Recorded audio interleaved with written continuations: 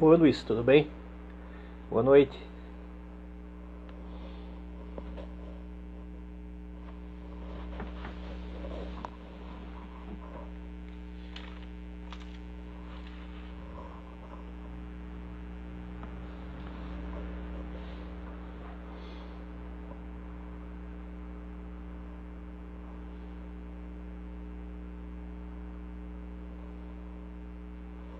E aí, gente? E aí, Lídia, tudo bem? E aí, como é que tá? Tudo bem? Matheus. Hoje teremos a Denise Assis. Comecei um pouquinho antes aqui pra gente acertar som e essas coisas.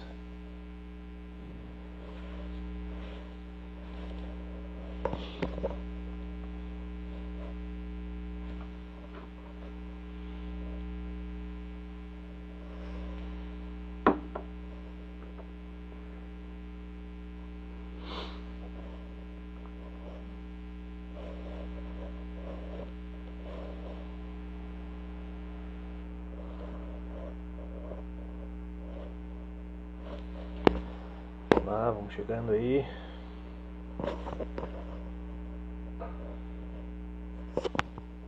Logo a gente começa.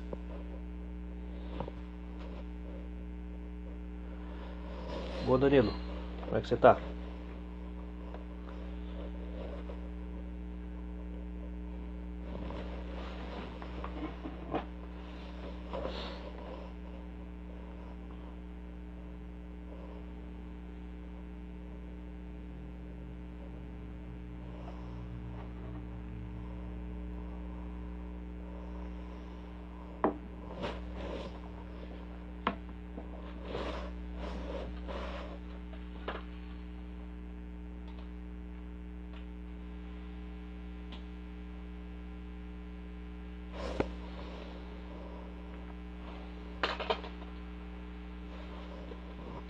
Esperando a Denise chegar.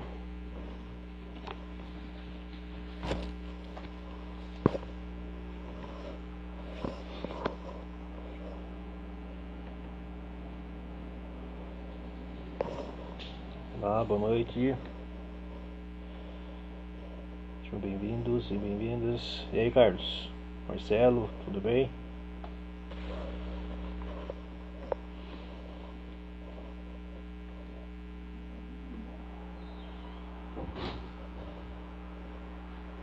Opa, tudo bem?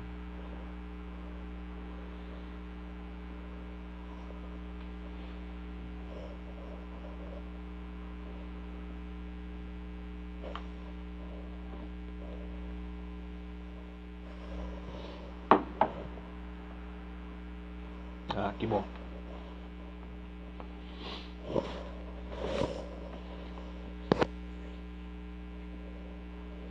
Olá, mais gente chegando aí pra live com a Denise.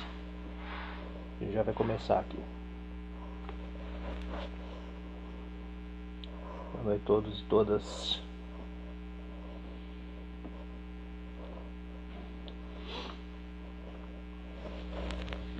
Denise entrando aqui, já enviei o convite para ela.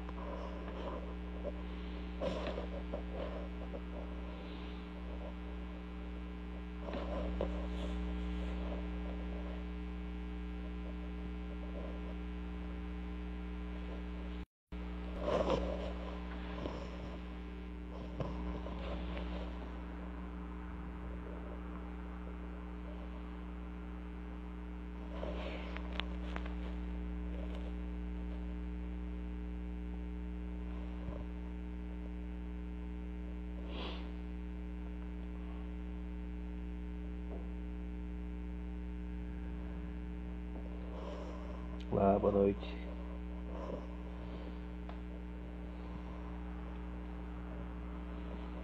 Esse é mais um Quinta com Poesia, um evento que fazemos todas as quintas, o evento da Cotra Editorial, editora aqui de Curitiba.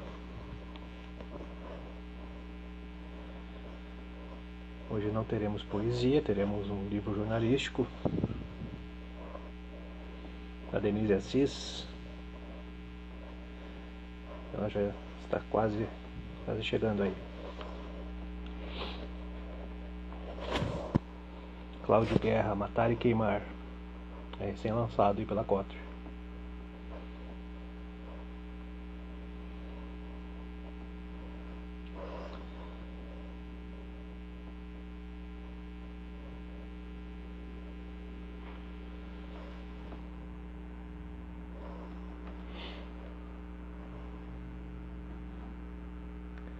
Acho que a Denise confundiu ali.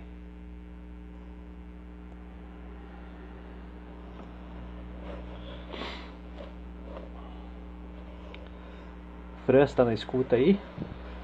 O que você entrou aí? Vocês me ouvem bem?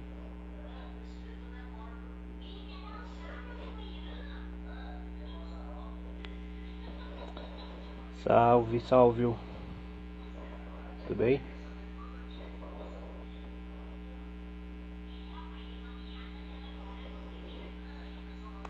Denise está tendo uma dificuldadezinha para entrar aqui.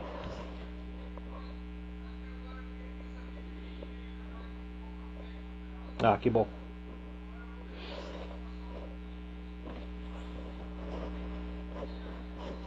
Maravilha. Estou sem o livro físico aqui, mas estou com o e-book. Dá pra ver o livro aqui da Denise. A Denise está me chamando no bate-papo aqui, ela clicou errado.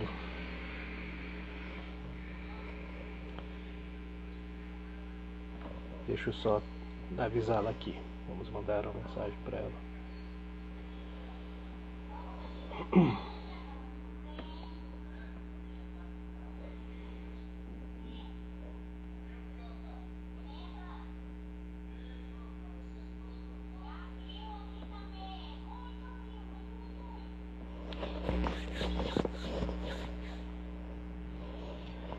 Mais um pouquinho, ela entra aqui.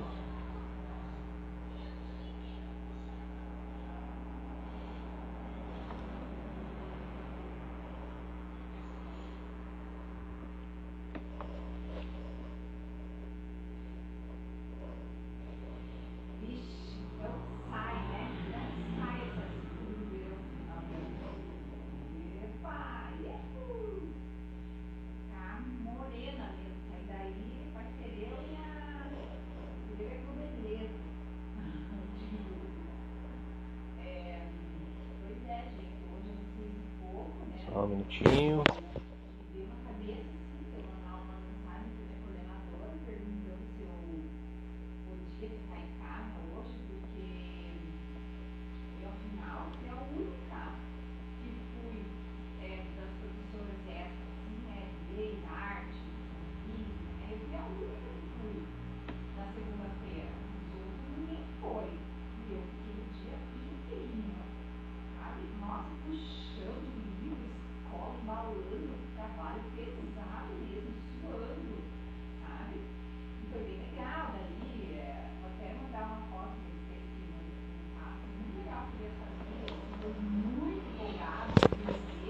Tentando falar com ela aqui.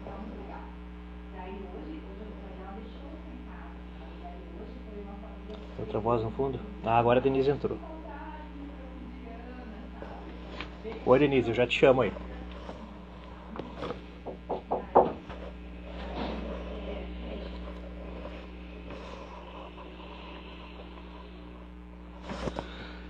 Agora sim. Vamos chamar a Denise então.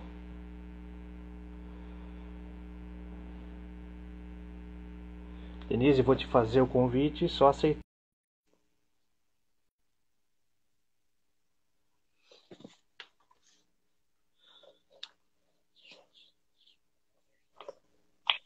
Olá. Tudo bom, Denise? Tudo bem, e você? Tudo bem, querido. Boa noite. Boa noite. Seja bem-vinda ao Quinta com Poesia. Estava explicando para o pessoal, hoje não temos poesia, mas temos o lançamento, né? Então, Temos primeiramente... prosa e uma prosa pesada. Bem pesado, eu diria, né? Eu diria, primeiro, obrigado por falar com a gente. Que prazer falar com você, né? Pô, já uma jornalista aí de nome nacional, com vários prêmios, né? Uma carreira super, super consistente.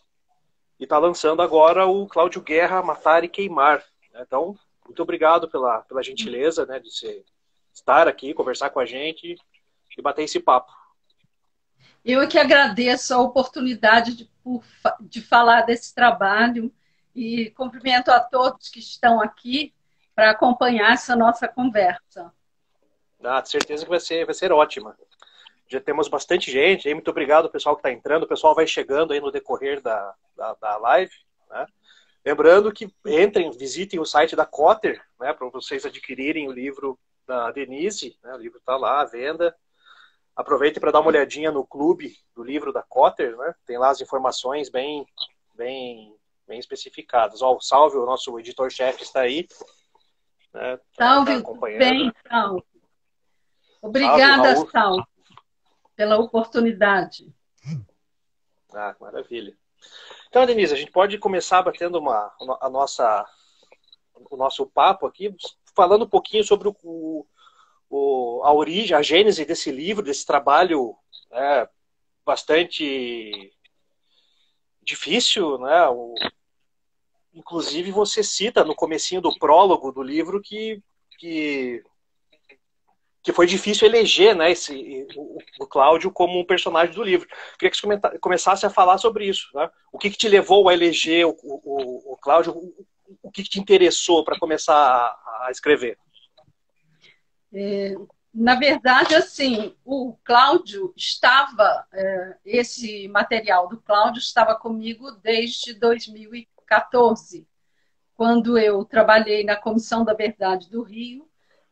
Fui enviada pelo presidente da comissão nos primeiros meses de funcionamento, que a comissão ela começou em maio, mas leva um tempo para estruturar fisicamente, distribuir os trabalhos dos grupos, enfim. A estruturação da comissão foi ainda um pouco lenta, né? Ela ficou até dezembro, assim, a gente discutindo os temas, organizando. Em fevereiro, eu fui enviada ao Espírito Santo em missão exclusiva, especial, a pedido do presidente, que se lembrou que existia o Cláudio, que já tinha revelado muitas coisas no livro dele. E então eu fui para lá para ver se tirava mais coisas dele, né? E a ordem que eu tive foi enxugar. Essa foi a expressão que o presidente, o Adi Damus, da comissão, usou. Enxuga esse cara. E era muita responsabilidade, porque eu tinha 2 dias só para arrancar dele tudo que eu conseguisse.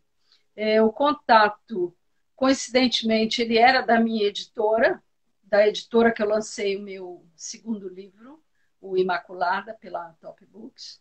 Enfim, desculpa citar outra editora aqui, mas é porque faz parte da história. Então, eu consegui o contato, ele aceitou falar, mas mesmo assim você fica apreensiva. Aceitou falar, mas até que ponto ele falaria, né? Então, assim, equipada de gravador, como eu conto no livro, não quis confiar no celular, porque pode arriar a bateria, pode acabar a memória, enfim. Eu tinha um gravador digital muito bom, com capacidade de boa memória, e nós dividimos em 2 dias as gravações. Fizemos 6 horas num dia e 6 no outro, e na mala eu levei esse livro, que foi um livro organizado pelos familiares com as histórias dos desaparecidos, porque já que ele dizia que tinha incinerado alguns corpos, eu queria que neste livro ele identificasse esses corpos. Bom, toda essa conversa ficou gravada desde 2014, mas no retorno houve quem, dentro da comissão, levantasse a seguinte questão. Fizemos a gravação, porém, os requisitos para a gravação numa comissão da verdade, ela tem especificidades. E alegaram que essa entrevista ela não seguiu os padrões que foram estabelecidos depois que eu fui lá na entrevista, fazer a entrevista. Não eram padrões que estavam estabelecidos desde o início. Quais padrões eram esses? 2 testemunhas que acompanhassem o depoimento, que ele assinasse uma cessão de direitos desse depoimento. Enfim, todo o requisito que se estabeleceu após essa entrevista foi usado retroativamente. Então, esse material, embora muito rico, ele ficou guardado na comissão e não foi usado porque não tinha um caráter oficial, digamos assim. Embora fosse um depoimento a pedido do presidente e gravado, quer dizer, não teria como ele refutar nenhuma das informações. Isso ficou guardado e todas as vezes que eu pensava em editar ou transformar em livro, vinha aquela dúvida. Bom, mas é o momento, o que me leva a divulgar isso agora? Qual seria o gancho jornalístico que isso teria? Embora eu achasse que aquele material ele não me pertencia. Ele pertencia ao público. Eu sentia que tinha que publicizar essa história. E quando, em julho, né, de 2019, o Ministério Público reconheceu, após exames de várias documentações, da perícia que foi feita pela Comissão Nacional da Verdade in loco, na usina, com base em todos esses elementos, testemunhos, e inclusive a minha entrevista que eles solicitaram, eles, então, referendaram todas as informações do Cláudio, reconhecendo como verdadeiras. Isso, então, foi o meu ponto de inflexão para decidir. Esse barulho que está fazendo aqui é o meu? Acho Parece que é. Não, mas não está então atrapalhando também. Tá, mas eu vou tirar o som aqui. Tá. Mas aí tira o som nosso, né? Baixou o som nosso? Não, tá. O som tá normal. Tá normal, tá legal. Para mim, você ficou baixo, mas enfim. Eu aumento aqui. Então, a partir dessa decisão do Ministério Público, eu resolvi transformar em livro e contactei o Léo Atucci, do 247, que tinha a intenção de fazer uma editora. Isso era uma ideia dele, eu apresentei, ele gostou muito do material e pediu que eu entrasse em contato com a Babi Abrão, que era a pessoa que ia cuidar do material. E a estrutura do livro, a princípio, foi desenhado pela Babi, porque foi ela que sugeriu que eu virasse um personagem do livro. A princípio eu relutei, mas falei, olha, depois de 45 anos de profissão, acho que eu tenho o direito de expor um pouco dessa história, sim. Por que não? E aí sentei e fiz aquela introdução, que foi exatamente o que deu um empuxo, né, para que eu estruturasse o livro. A ideia da introdução foi dela e eu gostei, porque dali, quase que automaticamente, o livro foi se formando. Eu fui tendo a ideia de como aproveitar as provas, o material colhido, e tudo foi se encadeando. Então, foi assim que nasceu o Matar e Queimar. Uhum. E o processo de escrita, assim, quando você já tinha mais ou menos formado o caminho que você ia seguir, a estrutura e tal, foi quanto tempo, mais ou menos, de gestação para o livro chegar como a gente tem ele hoje aqui? Olha, para sentar e estruturar tudo, eu acho que não levou mais do que 3 meses. Uhum.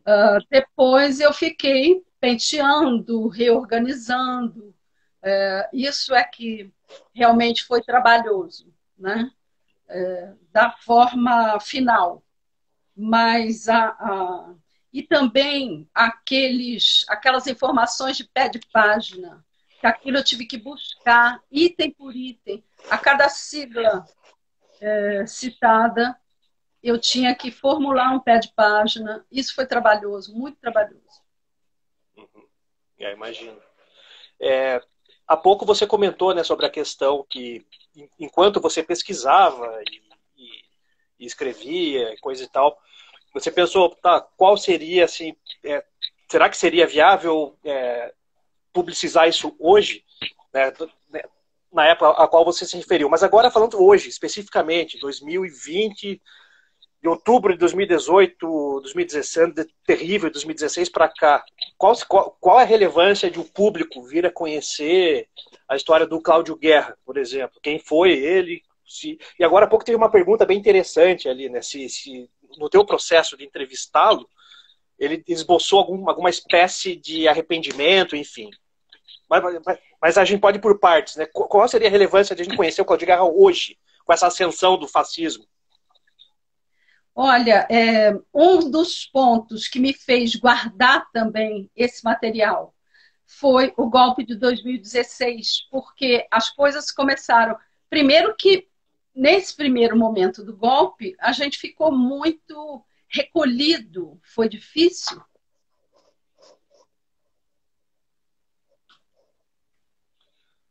Difícil digerir. Como se fosse uma espécie de...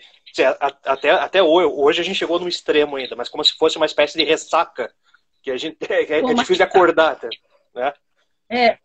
Foi uma ressaca moral muito grande e, em dado momento, eu cheguei a achar que eram informações inúteis. Aí, quando eu senti que havia uma tentativa de desestruturar, desmentir, desqualificar a história recente, o período da ditadura, aí foi que mexeu com os meus brios, né? Eu falei, opa, depois de tanto estudo, tanta pesquisa, tantos documentos trazidos à luz, tanto comprovação histórica, por que a gente vai deixar que eles contem uma outra história que não é verdadeira? Até porque a história deles, eles próprios guardaram. Existe hoje em Brasília 16 mil caixas de documentos guardados, arquivados por eles, né? E que a presidenta Dilma pediu para recolher das unidades militares e levar que fosse levada para o Arquivo Nacional toda essa documentação. E são documentos cotejados por eles. Se eles não queriam que a gente conhecesse essa história, que não fizessem ou não guardassem a documentação. E eles não só fizeram tudo documentado, como arquivaram. Então, assim, era um convite para os enxeridos irem buscar, e foi o que eu fiz. Então, eu me senti na obrigação de contestar isso. Que história é essa que eles vão querer contar? E não só eles, me causou muita surpresa que o próprio presidente do Supremo Tribunal Federal, Dias Toffoli, em uma palestra na Faculdade de São Francisco de Direito, né, classificasse o golpe de 1964 como um movimento. O que é um movimento? Ele que se movimente. Agora, o que houve ali foi um golpe documentado assumidamente com intervenção americana, no filme O Dia que Durou 21 Anos, do Camilo Tavares, em que eu sou uma das entrevistadas, porque eu estudei o período da conspiração para que se chegasse ao golpe de 1964, de 1962 a 1964, eu estudei a atuação da mídia e do cinema no convencimento à população para que não só aceitasse o golpe, como também ansiasse por ele, pedisse, né? Quando os militares falam, desculpa, que a população quis o golpe, ela quis da mesma maneira que em 2016 a população quis o antipetismo e quis Bolsonaro. Por quê? Porque há um bombardeio tão grande da mídia, um discurso de um lado só o tempo todo, que leva a que a população fique convencida de que toda aquela informação é verdadeira e que é necessário fazer aquele golpe. Então, assim, tanto quanto em 64, em 2018, as pessoas foram induzidas a querer um governo de direita. Só não esperavam que entrasse um governo de ultradireita, um governo de viés fascista, e que agora, assustadoramente, está montando de novo o SNI. E isso é uma coisa muito preocupante. Eu acho que esse livro está saindo em boa hora, porque nós precisamos atentar para o fato de que a CEOP, é a Secretaria de Operações e Informação, um penduricalho do Ministério da Justiça, está contratando arapongas novamente. E a nave-mãe do sistema repressivo foi o SNI, que foi gerado lá nesse bojo da conspiração de 1962 a 1964, dentro do IPES, que é o Instituto de Pesquisas e Estudos Sociais, que começou a monitorar os subversivos, as pessoas de esquerda. E foi ali que nasceu o SNI. Todo o material colhido pelo IPES foi, por ordem do Golbery, transferido para Brasília e, em junho de 1964, criado o SNI para monitorar a vida da sociedade brasileira.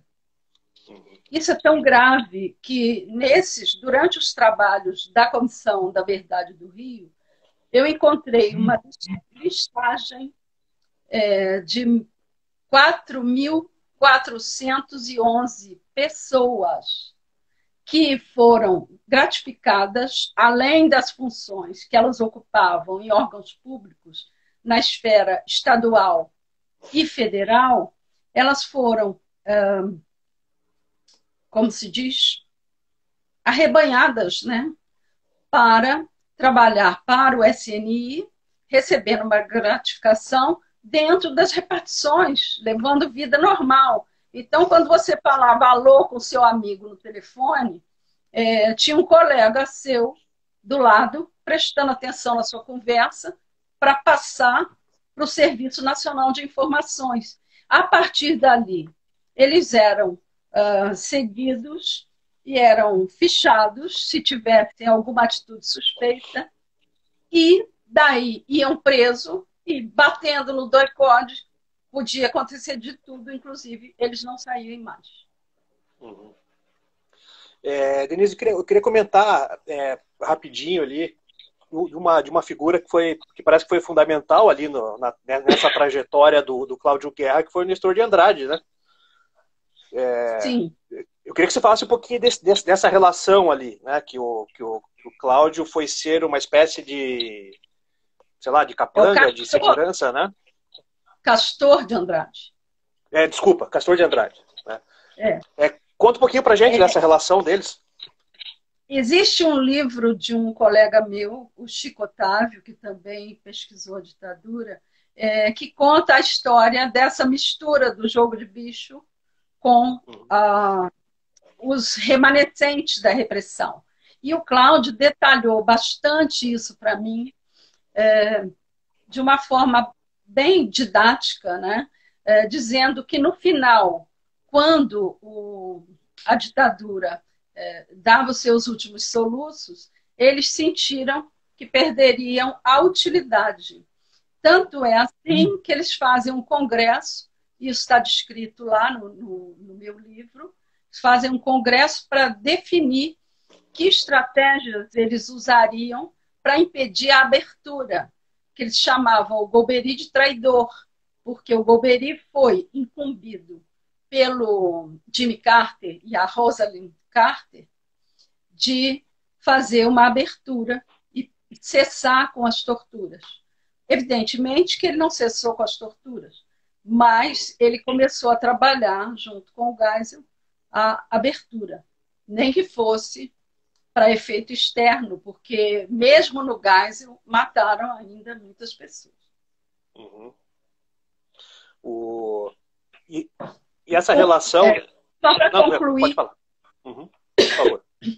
Quando eles se sentiram inúteis e começaram a ser escanteados e o sistema desmontado, o Castor de Andrade, a cúpula do Jogo de Bicho, começou a recrutá-los como segurança, dando um salário que era pago também pela... Oh, meu Deus, me deu um branco. Aquela associação Santa Cruz dos Militares, que é um clube formado pela ultradireita militar, pela ala radical militar, e que funcionava na sacristia da igreja Nossa Senhora dos Militares, na 1º de março. Funciona ainda, ela funciona. 1º de março, no Rio de Janeiro, no centro do Rio. E ali eles reuniram numa associação, formaram um fundo para custear os salários desses que não tinham ainda sido recrutados. Enquanto isso, alguns foram chamados para a segurança da cúpula do Jogo de Bicho. Os que eram de ponta, como o Cláudio Guerra, que era um exímio atirador, tanto é assim que no livro ele descreve, né, com que calibre, com que arma ele atirou em A, B ou C, porque ele era um exímio atirador, e o Castor o recrutou por isso, por esse talento. Uhum. Dá para a gente fazer um paralelo aí com o que a gente tem visto, principalmente nesse governo atual, com a milícia? Surgimento das milícias? Não foi aí que surgiram as milícias, mas uma ponte, por exemplo, com a Escuderie Lecoq e com a... Oh, meu Deus, esqueci agora. Maçonaria. Então. Uhum. Esses caras, eles ficaram também aninhados na maçonaria. A maçonaria deu também uma guarida para eles, né? Uhum. As milícias, elas surgiram bem depois, nos anos 80, quando é uma outra situação, né? São os ex-PMs alijados das fileiras da PM do Rio. Enfim, esses policiais que ainda atuavam lá, mas eram da banda podre, eles se uniram e, sim, copiaram aquele modelo da Escuderie, que era eliminar bandidos. E dentro desse eliminar bandidos ia quem eles elegiam como inimigos ou subversivos ou qualquer coisa que incomodasse. Uhum. Interessante você ter citado essa questão da maçonaria, que era que eu ia te perguntar na sequência, que acho que é no começo da segunda conversa daqui do livro, né? Que o Cláudio comenta dessa questão. A questão lá do Golbery, o surgimento ali, em 64, juntamente com a CIA, né? A maçonaria estava ali, né? E, inclusive você pergunta para ele, né? Tá, que irmandade é essa? Né? Como que funciona essa questão da irmandade aí? Comenta um pouquinho para a gente dessa questão. Qual foi a relevância da maçonaria naquele período específico? E qual seria a relação dela hoje, no governo que nós temos aí, né? Essa ligação da maçonaria, ela vem através dessa associação Santa Cruz dos Militares. Por quê? Esses militares que estavam nesta associação eram todos da maçonaria. Eles iam entrando e recrutando quem entrasse para essa atividade de araponga. Isso lá no início, quando as atividades de combate à subversão ainda estavam bastante ativas. E eles tinham um local no Rio de Janeiro onde eles se reuniam, né, para traçar as estratégias de combate à subversão e fazendo churrasco, faziam festas num espaço que eu descrevo no livro e que existe até hoje e eu visitei. Uhum. Inclusive temos o Cláudio aqui, ele colocou um comentário, né, que ele diz, o Cláudio Noronha, que foi noticiado Sim. que no atual governo tem centenas de funcionários espalhados por várias instituições, como Arapongas, né? Seu livro é lançado em boa hora. Quer dizer, a hora é péssima, mas é importante. Né? Uhum. É exatamente essa questão aqui, né? Mas, enfim, há pouco alguém havia perguntado sobre a forma como o Cláudio Guerra agiu com você nesse tempo todo que você o entrevistou, né? Ele esboçou alguma espécie de arrependimento? Você conseguiu pescar alguma coisa no discurso dele? Como é que foi isso? Sim, o que ele diz, e eu, quando resolvi fazer o livro de fato, né, que entrei em contato com o Sálvio acolheu a ideia de uma forma muito entusiasmada, e então eu falei, Sálvio, falta uma coisa, falta eu ligar para ele para saber a atual situação, né, da vida dele, de como ele vai receber o livro, e se ele vai autorizar, porque, né, de toda forma, é a história dele que ele precisava autorizar. E então ele acolheu muito bem. E eu voltei a perguntar sobre o arrependimento. E ele rechaça a palavra arrependimento. Ele diz o seguinte, isso inclusive está registrado no depoimento que ele deu à Comissão Nacional da Verdade, onde ele explica que não é um arrependimento. Ele foi, digamos, cooptado pela fé. E a partir do momento que ele se converteu à religião pentecostal, ele concluiu que o que ele fez era um erro absurdo. Então, ele não diz que se arrependeu, ele diz que fez uma revisão de vida. Ele diz, como cristão convertido, ele não poderia continuar aceitando o que ele fez e encarando aquilo como uma missão, como ele encarava antes.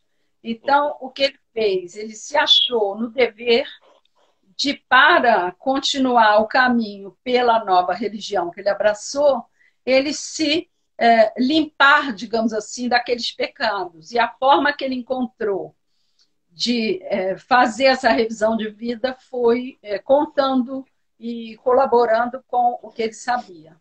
Uhum. Entendi.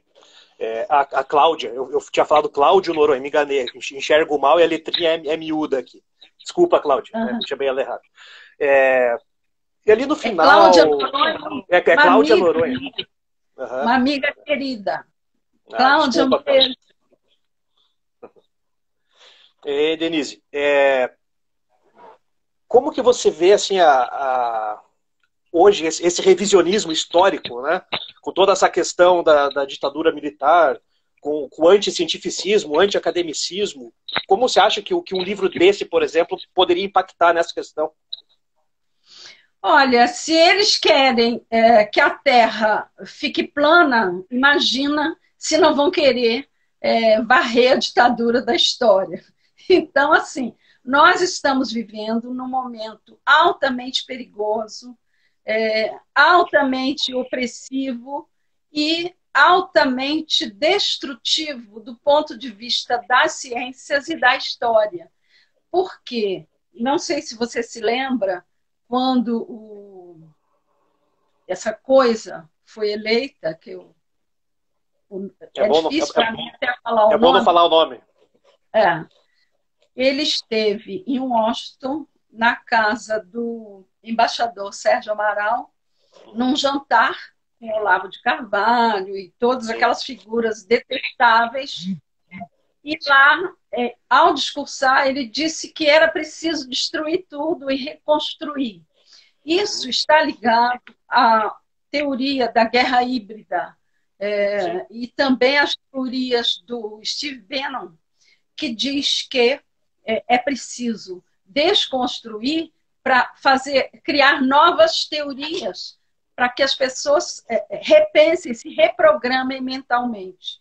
E o que é a guerra híbrida? Né? É um ataque às consciências, né? a tudo que está estabelecido no governo que eles não gostam e que eles lançam um ataque feito a abelhas, né? A partir de robôs e tudo isso que a gente está assistindo, esses robôs no Twitter, todo esse ataque pela internet, até que eles consigam arrebanhar o máximo de pessoas e cada um que entra e aceita essa teoria deles, vira uma abelhinha, Uhum. começa a fazer o ataque.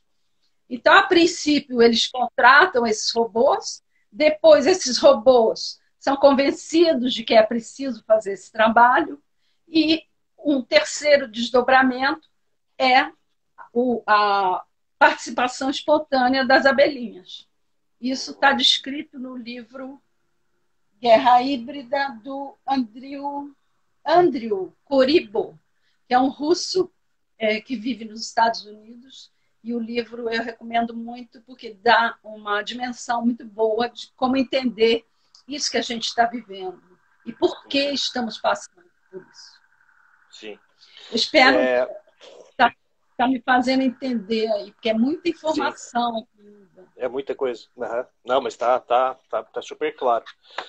Denise, eu queria só voltar um pouquinho ali a uma questão bastante interessante do livro, que é o local onde, que o Cláudio descreve, isso muito claro, que é lá naquela usina, né? A usina de açúcar, em Campo dos Sim, Goytacazes. Comenta um sim. pouquinho, que esse lugar, que aconteceu com ele, tá lá ainda, como é que é? Esse lugar era um lugar que ele frequentava com a família, porque ele vendia armas ou entregava armas para esse fazendeiro, que era um fazendeiro que tinha, ele sim, tinha capangas, milícias, né? Ele tinha um grupo de milicianos a serviço dele para tomar conta da usina. E como ele visitava esse lugar, ele viu que as pessoas que eram mortas na usina, elas eram queimadas nos fornos. E conversando em uma dessas visitas, ele ficou sabendo disso e levou essa notícia ao chefe do DOI-CODE, que era o Fredi Perdigão, que estava muito preocupado quanto ao destino dos corpos que eles estavam, das pessoas que eles estavam matando na repressão, porque não estava mais sendo conveniente deixar nas ruas, porque aquilo estava gerando curiosidade, burburinho, e que de uma forma ou de outra iam chegar neles. Então, que eles precisavam dar um destino a esses corpos, tal como o Videla também arquitetou na Argentina. E aí o Cláudio deu essa ideia e foi muito bem aceita pelo Perdigão e passaram a fazer esse transbordo de corpos para a usina. E o Eli Ribeiro, que era o dono da propriedade, devia ao Cláudio um favor, porque o Cláudio tinha matado o assassino do filho dele, era o João Lisandro, que tinha, João Bala. Era um tipo muito violento, que arrumava confusão na cidade, acabou sendo morto, e ele então vingou o filho do Eli Ribeiro. E o Eli ficou devendo esse favor. Então, quando ele sugeriu essa destinação, né, levar esses corpos para lá, o Eli não fez nenhuma objeção e aceitou de bom grado e começaram então essas atividades. Uhum. Temos ali os comentários. Vamos ver aqui rapidinho. O Marcelo fala do Steve Bannon, né? que elegeu Trump e o que está aí. E a Cláudia pergunta para você, Denise, o que você chama de milicianos? Eram policiais? Esses da fazenda do Eli, não, eram jagunços mesmo, né? Naquele melhor estilo de capangas. Eventualmente, tinha também policiais, tanto que um deles, o Cláudio acabou matando, porque se meteu lá com a mulher dele. E, inclusive, ele está pagando 18 anos de prisão domiciliar por conta desse crime. E ele diz que foi o único que ele assume que, de fato, ele matou, né? Porque ele não aceitou a covardia desse cara com a companheira dele. Uhum. Denise, você separou um fragmento para ler para a gente? Eu separei, quer dizer, aleatoriamente, não sei se as pessoas vão gostar, mas eu separei exatamente um pedaço da introdução, onde eu conto como eu cheguei lá e o que eu senti antes da entrevista. Ah, legal. Daí depois da sua leitura tem mais uma pergunta, mas a gente lê daqui a pouco já. Daí. Mas pode fazer a leitura, Denise. Calculei a entrevista em 2 etapas. A decisão foi acertada. O assunto era pesado demais para se esgotar em um dia. Queria que Cláudio Guerra tivesse toda a calma do mundo para buscar na memória, nos armários, o que tivesse de provas, documentos ou detalhes importantes na reconstituição dos fatos já mencionados em seu livro e outros ainda por contar.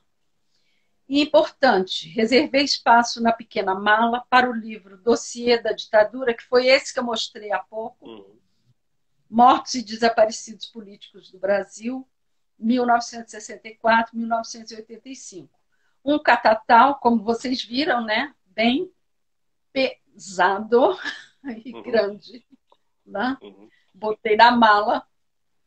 Um catatal de 780 páginas que contém o resumo da biografia e das circunstâncias da morte e do desaparecimento dos atingidos. Nele, Cláudio poderia olhar e reconhecer os rostos de suas vítimas. Pensei que isto o auxiliaria a reconstruir os fatos que iria relatar.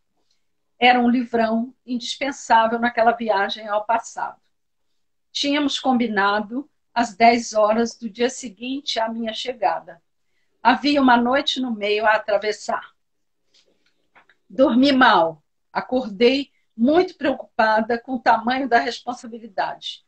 A ordem era enxugar todos os detalhes que ele tivesse sobre as suas incumbências de abater com tiros certeiros, sem chance para erro, os que resistiam à ditadura. O café da manhã era no terraço do hotel, localizado na Avenida Beira-Mar, à beira de uma piscina e com vista para o infinito. Mas nada me parecia atraente naquele momento. Comi apressadamente, sem nem sequer registrar o gosto do que engolia. Tudo tinha sabor de papel. A boca, seca, tornava difícil a refeição. Voei para o quarto. Nada de atrasos e nada poderia ser esquecido. O celular, o gravador digital, sem risco de arriar a bateria e com capacidade para 12 horas de gravação. Esse foi um trecho da introdução, né? Que daí por diante eu acho que eu poderia ter selecionado, desculpa, houve muita pressa aqui na seleção, mas eu acho mais interessante quando eu falo do almoço. Para mim foi a hora mais difícil. Foi logo no primeiro dia em que as horas avançaram e a Célia, a mulher dele, começou a pedir o que eu tirasse os objetos de cima da mesa, interrompesse a gravação e começou a servir um almoço. E eu me dei conta de que eu ia comer na casa de um torturador. O desconforto foi enorme. foi muito difícil. Imagino. A companheira do Cláudio, ela tinha noção de tudo, de toda a trajetória dele, ou não? Sim, sim. Sim. Inclusive, ele assume que cometeu um ato de pedofilia porque ela era enteada aliás, sobrinha da mulher com quem ele vivia. E aos 14 anos eles começaram a ter um caso. Então ele fala que foi pedofilia, ele assume também isso, né? Foi muito interessante, se você me permite aqui um parêntese. Claro. Quando eu liguei agora para dizer que ia fazer o livro e tal, foi... Aliás, quando o livro já estava pronto, eu liguei para ele e foi no início da pandemia. E aí ele, muito bem-humorado, atendeu e falou: boa tarde, colega. Aí eu achei aquilo meio abuso, né? Eu falei: colega, como assim? Ele falou: agora somos colegas de prisão domiciliar, estamos todos em prisão domiciliar. Foi uma piada que ele fez. Uhum. Agora há pouco, Denise, alguém perguntou ali se existe assim, uma contabilidade assim, de quantos assassinatos ele cometeu.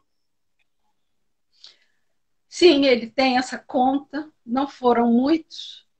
Quer dizer, essa contabilidade que ele faz é com relação aos presos políticos, porque pela vida fora eu não entrei nessa conta, não, porque o que me interessava de fato era a atuação dele enquanto delegado do DOPS e atuante na repressão política. Mas, quer dizer, sim, ele tem essa conta e ele fala no livro. Uhum.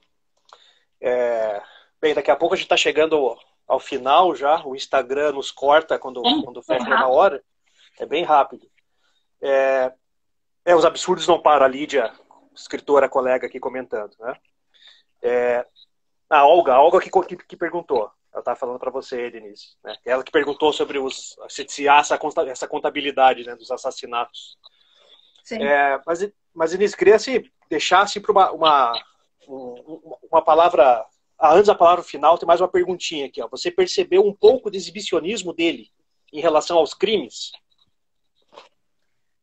Eu não sei se é exibicionismo, eu acho que não, porque como ele tem essa vontade de passar que está arrependido, quer dizer, ele não usa a palavra de arrependimento, conforme eu já disse, mas que ele mudou, então ele procura, se existe, ele procura dissimular um pouco essa questão do exibicionismo.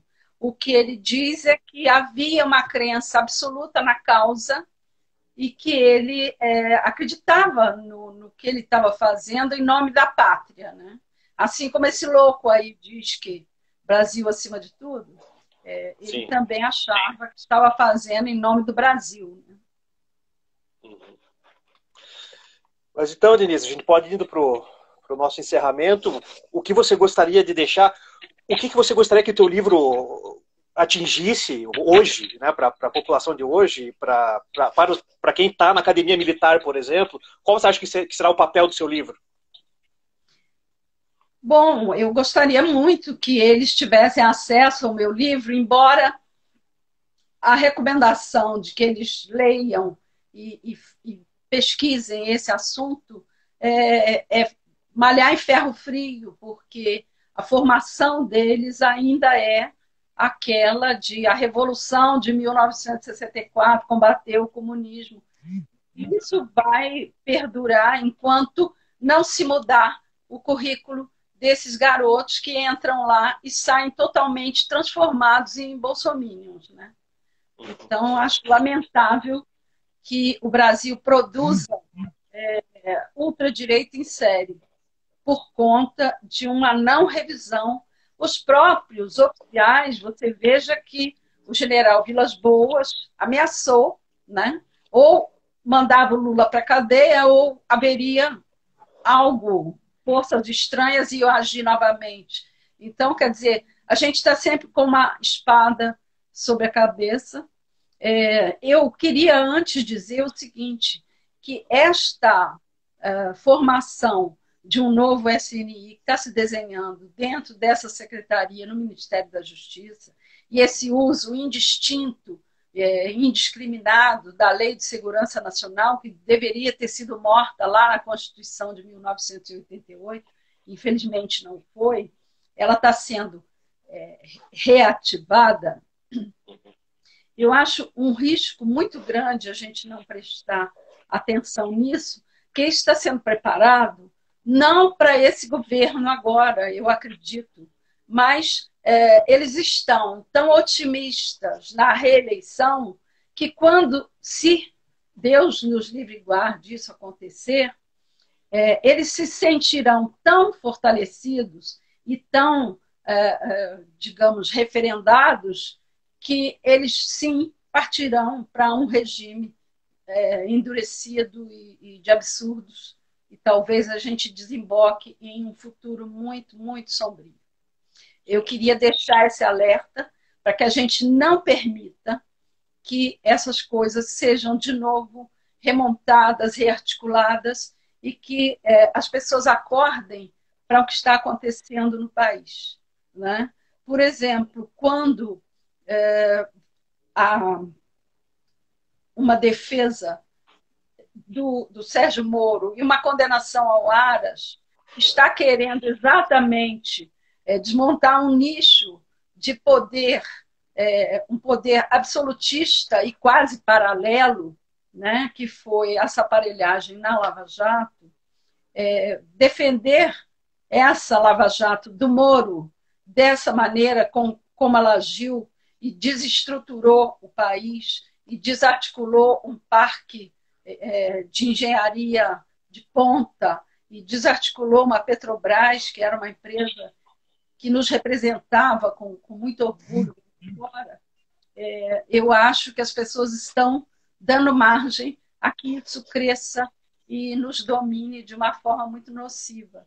Então, nós temos que estar atentos demais para esse momento e nós precisamos realmente conversar, dialogar e nos unirmos contra essas forças que, não só do ponto de vista do autoritarismo político, como também desse desleixo com a pandemia, isso tudo está nos levando a uma desestruturação e nós poderemos não ter futuro. Isso me preocupa. Bem, são muitos parabéns, o pessoal comentando aqui, parabéns pelo trabalho, o Salve, parabéns pela coragem, pelo trabalho, pela competência, a Lídia dizendo parabéns pelo trabalho, e eu endosso, parabéns, Denise, e muito obrigado pela conversa, o Instagram daqui a pouco ele nos corta, e muito obrigado, foi muito legal conversar, ter esse papo com você, super, super franco, super direto, e espero que a gente se encontre aí numa outra.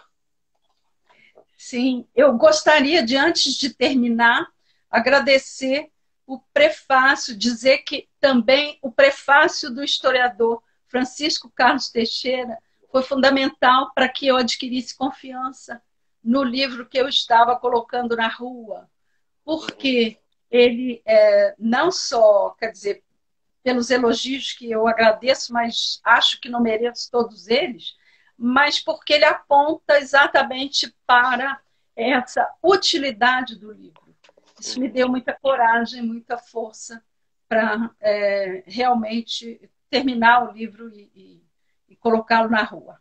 Eu queria muito agradecer com muito carinho ao Francisco Carlos. Ah, que legal. E agradecer ao Salve pela confiança no trabalho. Muito obrigado, Denise. Obrigado a todos e todas que nos acompanharam. E boa noite, fiquem bem. E é isso aí. Força, força a todos e todas. Agradeço a você, Daniel, pela entrevista, pelo papo gostoso e por me deixar à vontade aqui. Beijo. Tchau. Boa noite. Obrigada a todos. Beijos. Tchau.